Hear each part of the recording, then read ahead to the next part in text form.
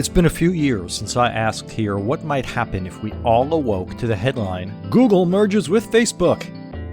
Now, that particular nightmare has not and most likely will not ever come to pass, but a few things have changed, and there's a pretty cool illustration that everything else has stayed the same. I was reminded of this reality a few weeks back when Ersatz search engine optimization guru Barry Schwartz told his readership something we've been saying here since last summer. Google authorship, while dead, that's in quotation marks or in capital, is anything but dead.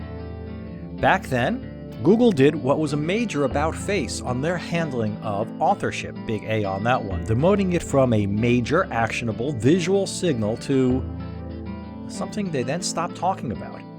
And that's not a surprise. Google has long conducted business via an alternating talk-don't-talk information dispersal strategy. And I've picked on Barry for his just barely better late-than-never approach to SEO reporting before, so there's no surprise there either.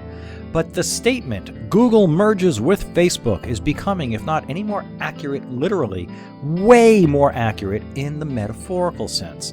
Everything you do is tied into search, and your profile, whether you created them intentionally or they just evolved over time through your use of the pesky intertubes, Google is a social network. Facebook is a search engine. Google merges with Facebook indeed. Confusing, right? Well, what are you doing about it? If you're not sure and you want some help without giving a lot of thought to the matter, you contact us. We'll put the whole thing to bed for you, blah, blah, blah. If you're more the figure this out and act type, read on. As the internet is built out to the point where everyone is using it all the time, the amount of information we're all dealing with has grown exponentially. While sorting and sifting is getting harder, has become as obvious as 15 minutes could save you 15%, look it up. The real ramification is probably less apparent.